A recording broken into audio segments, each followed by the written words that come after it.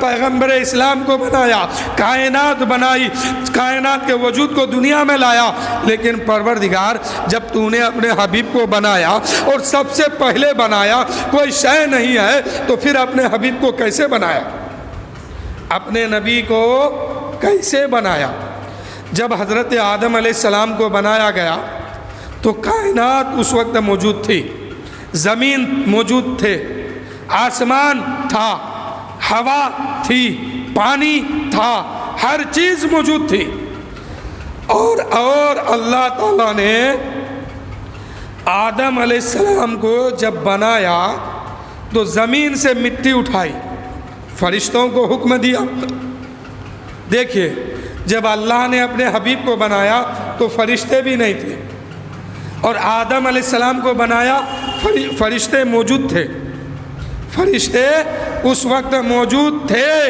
اللہ نے حکم دیا، اے میرے فرشتوں جاؤ زمین پر اور مٹی اٹھا کے لاؤ۔ حضرت آدم علیہ السلام کو بنانے کے لیے زمین پر فرشتے آئے اور مٹی اٹھائی اور اللہ کی بارگاہ میں لے کے رکھا۔ اللہ نے فرمایا اب جاؤ زمین پر پانی لے کے آؤ۔ پانی لایا گیا، پانی اور مٹی ملائی، جسد اقدس کو تیار کیا گیا۔ اس کے بعد اس میں روح موجود تھی۔ اس وقت جب آدم علیہ السلام کو بنایا روح بھی موجود تھی، لیکن اپنے حبیب کو بنایا تو روح موجود نہیں تھی۔ اپنے آدم کو بنایا تو ہر شے موجود تھا، لیکن اپنے نبی کو بنایا، اپنے رسول کو بنایا، اپنے پیغمبر کو بنایا، نہ روح تھی، نہ پانی تھا، نہ مٹی تھی، کچھ نہیں تھا۔ تب اپنے نبی اپنے حبیب کو بنایا، اور آدم کو جب بنایا روح بھی موجود تھی۔ اللہ نے فرمایا اے فرشتوں، اے میرے فرشتوں، اس مٹی اور پانی کو ایک جگہ ملاؤ۔ پانی اور مٹی کو ملایا گیا۔ ملانے کے بعد حضرت آدم علیہ السلام کا پتلا بنایا گیا، جسد اقدس کو تیار کیا گیا، اس میں روح لیا، روح لے کے اس میں ڈالا، روح گھبرا کے باہر آ گئی اور کہا مولا یہ اندھیری گھر ہے، میں اس میں نہیں رہوں گی، میں اس میں کیسے رہوں گا؟ یہ تو اندھیری کالی کوٹھری ہے، اس میں روشنی کی کوئی بو نہیں ہے۔ اللہ تعالیٰ نے اپنے حبیب کے نور کو لیا اور اس پتلے میں رکھا۔ کس میں رکھا؟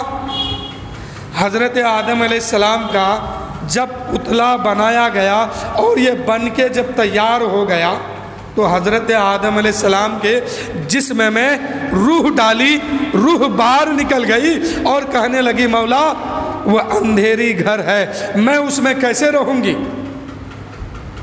میں نہیں رہ سکتا۔ اللہ نے میرے حبیب صلی اللہ علیہ وسلم کا نور لیا اور آدم کے جسم میں رکھا، آدم کے پتلا میں رکھا اور حکم دیا روح کو، اے روح اب اس جسم میں داخل ہو جاؤ۔ روح نے جب میرے حبیب کا نور اس جسم میں پایا تو روح داخل ہو گئی اور کہنے لگی مولا اب میں اس میں رہنے کے لیے تیار ہوں۔ جب حضرت آدم کے جسم میں نور محمدی کو رکھا، پھر حکم ہوا کہ روح داخل ہو جاؤ۔ آدم کے پتلا میں روح داخل ہو گئی، جسم تیار ہو گیا، آدم بن کے تیار ہو گئے۔ اب اللہ نے فرمایا اے فرشتوں آدم کو سجدہ کرو۔ اللہ نے فرمایا اے فرشتوں آدم کو سجدہ کرو۔ اس وقت شیطان بھی وہاں پر موجود تھا۔ یہ شیطان کو علم پر بہت گھمنڈ تھا، بڑی تکبر تھی، اس لیے انسان کو تکبر کسی بھی چیز میں نہیں کرنی چاہیے۔ شیطان جو تھا اس وقت فرشتوں کا سردار بنا ہوا تھا، لیکن اللہ نے فرمایا اے فرشتوں کی جماعتوں سنو، آدم بن کے تیار ہو گیا ہے، ان کے جسم بالکل تیار ہو گئے، جان بھی ڈال دی گئی ہے۔ اب آدم کے سامنے جھک جاؤ اور سجدہ کرو۔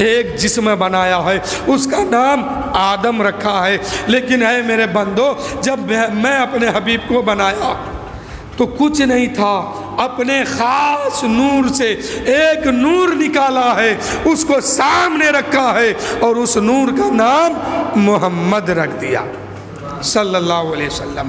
تو یہ اللہ کے حبیب کوئی معمولی انسان نہیں ہے، بلکہ اللہ کا نور ہے، اللہ کا خاص نور میں سے ایک نور ہے۔ اب میرے نبی صلی اللہ علیہ وسلم اس دنیا میں تشریف لائے ہیں تو سر کو سجدے میں رکھا اور کہا کہ لوگوں میں کوئی معمولی انسان نہیں ہوں، دیکھو میں دنیا میں آتے ہی سر کو سجدے میں رکھا ہے، اللہ سے فریاد کر رہا ہوں کہ اے مولا جس کے لیے تو نے مجھے بنایا ہے، یعنی اے پروردگار جس قوم کے لیے تو نے مجھے دنیا میں بھیجا ہے، اے مولا اس قوم کو میرے حوالے فرما، میرے حوالے کر دے۔ اور فرما رہا میرے رب کہ اے میرے محبوب کل میدان محشر میں تیری امت کو تیرے حوالے میں کر دوں گا۔ اب جو نبی والے ہوں گے وہ میدان محشر میں اپنے کملی کے نیچے، اپنے محبوب کے کملی کے نیچے ہوں گے۔ تو میرے دوستو یہ 12 ربیع الاول شریف جو مناتے ہیں یہ جلوس محمدی ہے، اور یہ جلوس بعض روایتوں میں ہے کہ صحابہ کرام کی جماعتوں نے بھی اس جلوس کو نکالا ہے، اللہ نے آسمانی دنیا پر بھی نکلوایا، تمام فرشتوں نے اس جلوس کو لے کے نکلا۔ جب میرے نبی اس دنیا میں تشریف لائے اس دن حضرت جبرائیل امین جھنڈا لے کے زمین پہ آئے ہیں، اور اپنے ساتھ اکیلے نہیں فرشتوں کی جماعت کو لے کے آیا ہے اور کہا ہے اے لوگو چلو آج اللہ کے حبیب دنیا میں آنے والے ہیں، اس جلوس محمدی میں شامل ہو جاؤ۔ فرشتوں کی جماعت بھی اس جلوس کو لے کے نکلے ہیں۔ یہ جلوس کوئی نیا نہیں ہے، یہ بہت پرانی جلوس ہے۔ اللہ نے حکم دیا اے فرشتوں میرا محبوب دنیا میں جانے والا ہے، جاؤ اس کے استقبال کے لیے آمنہ کے گھر میں عبداللہ کے گھر کو سجاؤ سنوارو۔ تو سجانے کے لیے فرشتوں کی جماعت اکیلے نہیں تھی، وہ فرشتوں کی جماعت آئی تھی۔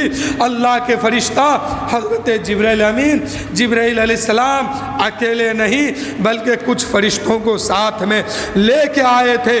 جب ساتھ میں لے کے آمنہ کے گھر میں تشریف لائے ہیں اسی کو ہم جلوس کہتے ہیں، جو آج 12 ربیع الاول شریف میں ہم لوگ ساتھ چلتے ہیں اور نعرہ لگاتے ہوئے چلتے ہیں کہ سرکار کی آمد مرحبا، حضور کی آمد مرحبا۔ یہ فرشتوں نے بھی لگایا ہے اور مرحبا کی صدائیں ان لوگوں نے بھی بلند کی ہے، جیسے ہم لوگ نکالتے ہیں ویسے ان لوگوں نے بھی نکالا ہے، اسی کو جلوس محمدی ہم لوگ بھی کہتے ہیں، فرشتوں نے بھی کہا ہے۔ اب میرے نبی اس دنیا میں آئے ہیں اور ماں حلیمہ کی گود میں ہے۔ حضرت دائی حلیمہ میرے نبی کو لے کر اپنے گھر گئی ہے اور اپنے گھر جانے کے بعد جھولے میں میرے نبی کو سلائی ہے۔ میرے نبی صلی اللہ علیہ وسلم حضرت حلیمہ کے گھر میں آرام فرما رہے ہیں۔ کچھ دیر کے بعد حلیمہ سعدیہ کیا دیکھتی ہے کہ ہم نے جس بچے کو مکہ سے لے کے آئی ہے وہ بچہ کبھی مسکرا رہے ہیں، کبھی ہنس رہے ہیں، کبھی اپنے انگلی کو ہلاتے ہیں۔ حضرت آمنہ کہنے لگی، حضرت حلیمہ کہنے لگی کہ میں نے تو اس بچے کو نہ کوئی گیت سنایا، نہ کوئی لوری سنایا، نہ کچھ کھلونا دیا، پھر یہ بچہ مسکرا کیوں رہا ہے، ہنس کیوں رہا ہے؟ اتنے میں حضرت حلیمہ سعدیہ کی نظر چھت کے اوپر پڑتی ہے تو کیا دیکھتی ہے کہ حلیمہ سعدیہ کا گھر جو ہے چھت جو ہے پھٹا ہوا ہے، دو حصوں میں بٹا ہوا ہے۔ اور میرے نبی کے انگشت مبارک آسمان کے طرف اٹھی ہوئی ہے، اور میرے نبی کبھی انگلی کا اشارہ دائیں کرتے ہیں تو آسمان کا چاند دائیں جھکتا ہے، کبھی میرے نبی بائیں کرتے ہیں تو آسمان کا چاند بائیں جھکتا ہے، کبھی پیر کے جانب کبھی سرانے کے جانب، یعنی میرے نبی جس جانب انگلی ہلاتے ہیں اسی طرف چاند جھکتا ہے۔ یعنی اعلیٰ حضرت فرماتے ہیں چاند جھکتا تھا، جدھر انگلی اٹھاتے مہد میں کیا ہی چلتا تھا، اشاروں پر کھلونا نور کا۔ اب یہ وہابی دیوبندی، قادیانی، نصرانی، یعنی اہل سنت والجماعت کے علاوہ جتنے فرقے ہیں سب کہتے ہیں نبی ہمارے جیسا ہے، نبی ہمارے طرح ہے۔ تو میرے نبی کم عمر لے کے بچپن کے زمانے میں حلیمہ کے گھر میں آرام کر رہے ہیں اور انگلی کا اشارہ کرتے ہیں، تو وہ جو چاند خدا کی قدرت کا مظہر بنا ہوا ہے جسے لوگ دیکھ کر خدا کی قدرت کو ماننے پر مجبور ہے، میرے نبی اس خدا کی بنائی ہوئی چاند سے زمین پہ رہ کے بچپن کے عالم میں اپنی انگلی کے اشارے سے نچا رہے ہیں اور کھلونا بن کے کھیل رہے ہیں۔ اب جو کہتا ہے نبی ہمارے طرح ہے، ذرا اشارہ کرے آسمان کے طرف، کیا چاند جھکتا ہے، کیا سورج نکلتا ہے؟ کچھ نہیں۔ میرے نبی مکے کے دھرتی میں رہ کے انگلی کا اشارہ کر دے، وہ ڈوبا ہوا سورج جو ڈوب چکا ہے، وہ ڈوبا ہوا سورج میرے نبی کے اشارے سے باہر نکل آتا ہے، پھر بھی یہ کہتا ہے نبی ہماری طرح ہے۔ نبی تمہاری طرح کیسے ہو سکتا ہے، یا تم نبی کے طرح کیسے ہو سکتے ہو؟ میرے نبی صلی اللہ علیہ وسلم اس دنیا میں تشریف لائے ہیں۔ آمنہ فرماتی ہے کہ میرا وہ نور نظر جب دنیا میں آئے ہیں تو حضرت آمنہ کا کہنا ہے، اور دنیا کی دستور ہے، دنیا کا قانون ہے کہ جب بچہ پیدا ہوتا ہے تو برہنہ ہوتا ہے، لنگے ہوتا ہے، جسم پہ کپڑا نہیں رہتا ہے، بالکل برہنہ بچہ پیدا ہوتا ہے۔ ہر گھر کا، ہر دھرم کا، ہر مذہب کا یہی دستور ہے، یوں کہہ لیجئے کہ قانون یہ دنیا کا ہے۔ دنیا کا دستور ہے کہ جب بچہ پیدا ہوتا ہے تو برہنہ ہوتا ہے، جسم میں کپڑا نہیں، چاہے وہ امیر کے گھر میں ہو، چاہے غریب کے گھر میں ہو، یا کسی جماعت کے گھر میں ہو۔ اب حضرت آمنہ کہتی ہے کہ جب وہ بچہ اس دنیا میں تشریف لایا، میں نے چاہا کہ اس بچے کا چہرہ دیکھوں، تو آمنہ کہتی ہے میں نے کیا دیکھا، وہ بچہ برہنہ نہیں بلکہ سفید لباس کے ساتھ اس دنیا میں تشریف لایا ہے۔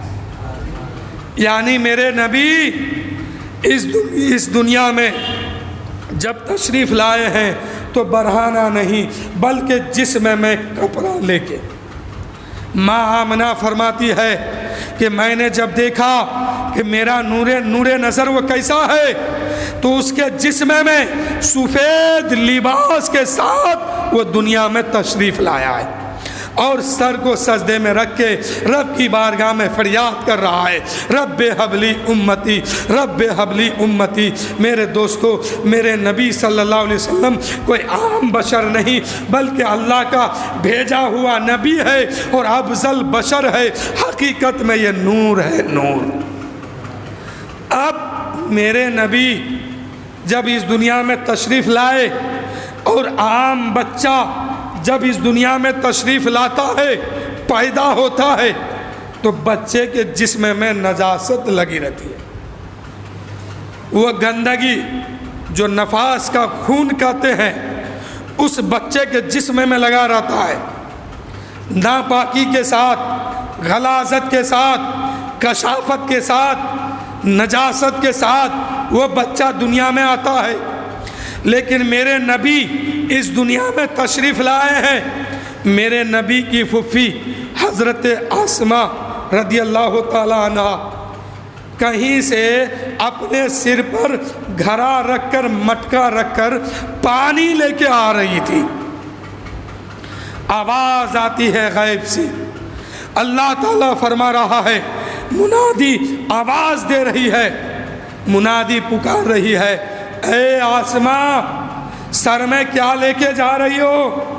آسماں کہنے لگی، اے میرے پروردگار، میں سر میں پانی لے کے جا رہی ہوں، آج میرے گھر میں ایک بچہ پیدا ہونے والا ہے، میرے بھائی کے گھر میں، میرے بھاوج آمنہ کے گھر میں، میرے بابا عبداللہ کے گھر میں، میرے بھائی عبداللہ کے گھر میں، اور میرے ابا عبد المطلب کے گھر میں ایک بچہ پیدا ہونے والا ہے، اسے نہلانے کے لیے، اسے غسل دلانے کے لیے میں پانی لے کے جا رہی ہوں۔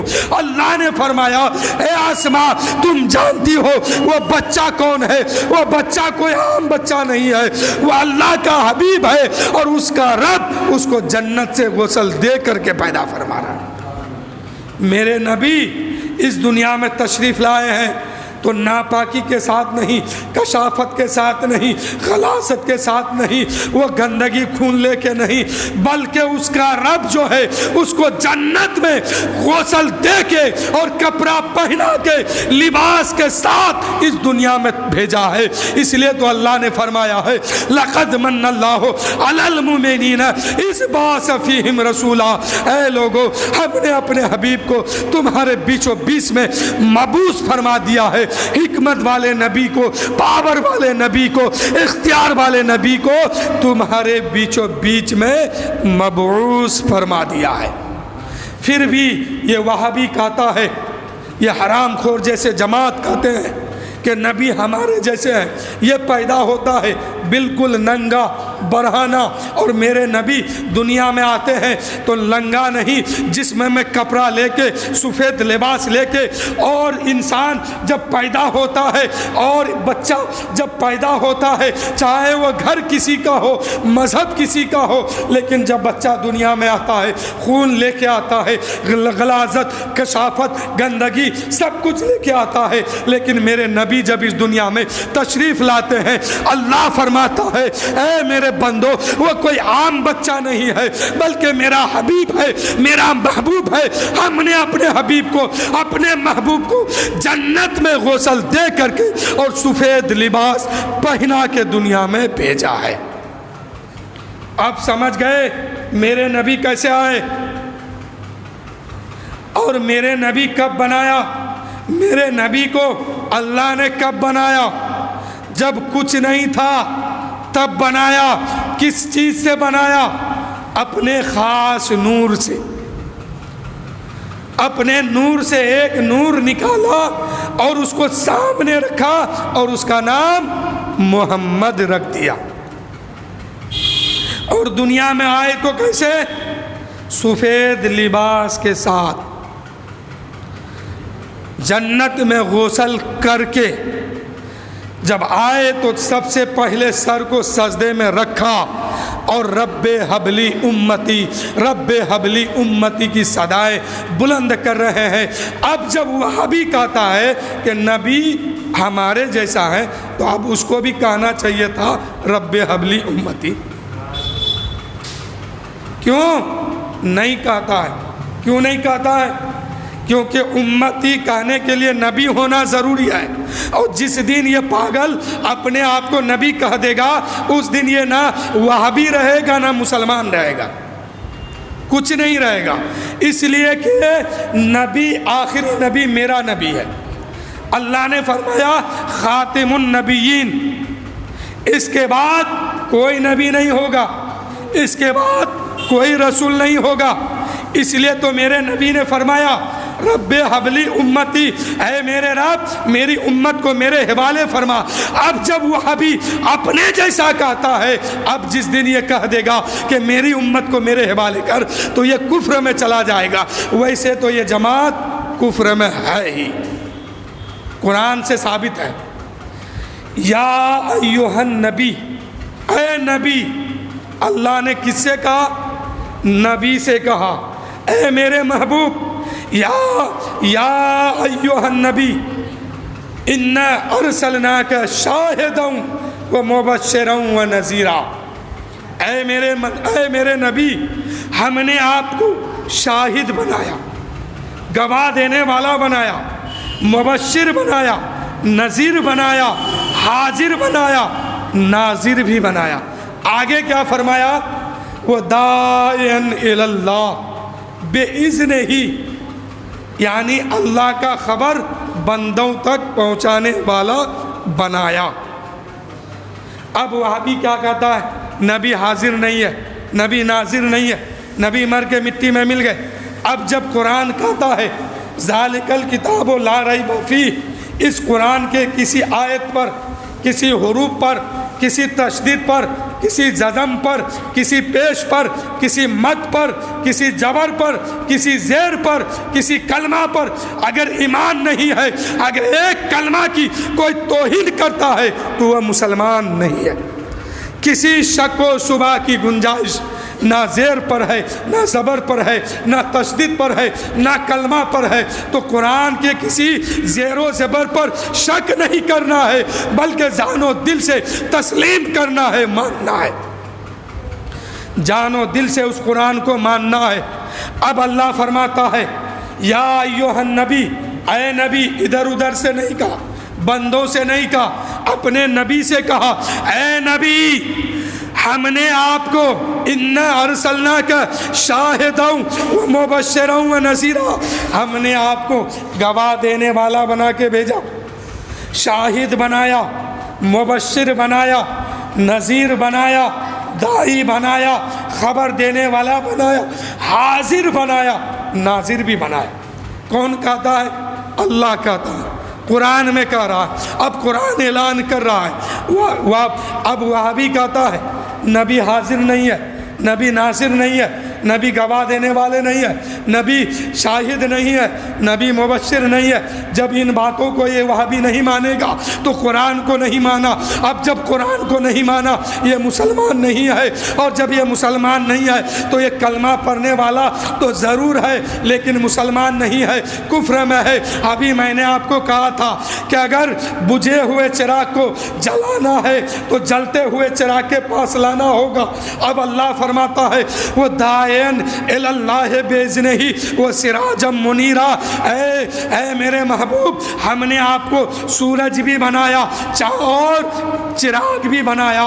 تو چراغ جب بنایا اللہ فرمایا اے بندو تم بجھے ہوئے چراغ ہو، اگر تمہیں جلنا ہے، روشنی لینا ہے، ایمان پر آنا ہے تو میرے حبیب کے چراغ میں آؤ، اس سے روشنی لے لو، اس کے سامنے جھک جاؤ، اس سے محبت کر لو، جانو دل سے مان لو۔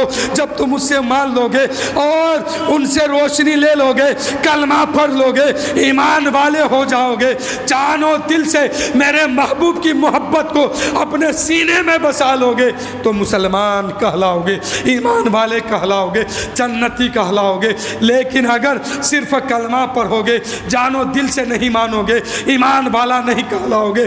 اس لیے کہ ایک چراغ جب جلتا ہے اس چراغ کے سامنے بجھی ہوئی چراغ کو لائیں گے، اس کو جلائیں گے، وہ چراغ جل جائے گا، کچھ دیر کے بعد وہ چراغ پھر سے بجھ گئی۔ کیوں؟ کہ جلتے ہوئے چراغ سے جو روشنی انہوں نے لیا تو محبت سے نہیں لیا، لو نہیں لگایا، اس لیے جلنے کا تو جل گیا، جلنے کا تو جل گیا، لیکن محبت سے روشنی حاصل نہیں کی۔ کچھ دیر کے بعد ہوا چلی، بجھ گئی۔ ایسے ہی وہابی ہے، کلمہ پڑھنے کا پڑھ لیا، غلامی میں آنے کا آ گیا، لیکن محبت سے نہیں آیا، نبی کو جانو دل سے نہیں مانا، حاضر نہیں مانا، ناظر نہیں مانا، صرف کلمہ پڑھا، اور کلمہ پڑھنے کے بعد جو ہی دور ہٹا کفر میں چلا گیا، ایمان نہیں رہا، کفار میں شامل ہو گیا۔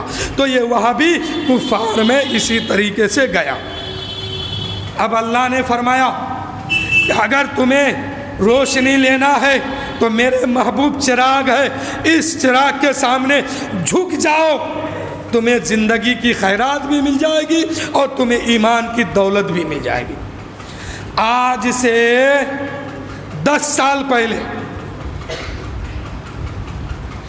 جو لوگ تھے ان لوگ جانتے ہوں گے کہ آج سے 10 سال 15 سال پہلے ہر گھر میں چراغ جلتا تھا، میں آپ کے مسجد میں تقریباً آج سے 5 سال پہلے آیا کرتا تھا اکثر. ہفتہ میں 1 بار 2 بار 3 بار 4 بار ضرور آیا کرتا تھا، چاہے دن ہو یا رات ہو. لیکن آج ڈھیر دن کے بعد آیا ہوں. لیکن آج سے 5 سال پہلے ہفتہ میں 2 بار 4 بار آیا کرتا تھا. تو میں کیا دیکھتا تھا کہ آپ کے مسجد میں لالٹین جل رہی تھی، ہے نا، چراغ جل رہا تھا. اور آج سے 20 سال پہلے پیچھے چلیے، جب لوگ چراغ جلاتے تھے تو فتنگا جو ہے دور دور سے آیا کرتا تھا. جب روشنی جلتی تھی، چراغ جلتا تھا تو دور دور سے فتنگا اس میں آتا تھا، ہے نا. اس میں آنے والے فتنگوں میں 3 جماعت کے تھے یا 2 جماعت کے لوگ مان لیجیے. آنے والے فتنگا ہزاروں میل دور سفر طے کر کے، میلوں میل دور سفر طے کر کے یا کچھ دور سے آ کے اس چراغ کے قریب آیا. آنے والے فتنگوں میں 2 جماعتیں ہیں. ایک فتنگا وہ ہے جو چراغ کے نیچے نیچے چکر لگاتا ہے، اور ایک وہ ہے جو چراغ کے منہ لگتا ہے، چراغ میں جا کے سڑتا ہے، جہاں آگ جلتی ہے اس کو جا کے چھوتا ہے. تو جس کو اپنے طاقت پر، اپنے قوت پر، اپنے برق پن پر، اپنے بازوؤں پر، اپنے پروں پر گھمنڈ تھا، طاقت تھی، اس نے جا کے چراغ سے لگ گیا. چراغ کا منہ لگنا تھا کہ وہ جل کے خاک ہو گیا، ہے نا. چراغ کا منہ فتنگا لگا جس کو اپنی طاقت پر، اپنے بازوؤں کی طاقت پر، اپنے بڑے ہونے کی طاقت پر، اپنے دولت مند ہونے کی طاقت پر، گھمن پر چراغ کا منہ لگا، چراغ سے جا کے سٹا، جل کے خاک ہو گیا. اور جو کمزور تھا، جو مجبور تھا، وہ چراغ کے نیچے نیچے چکر لگایا.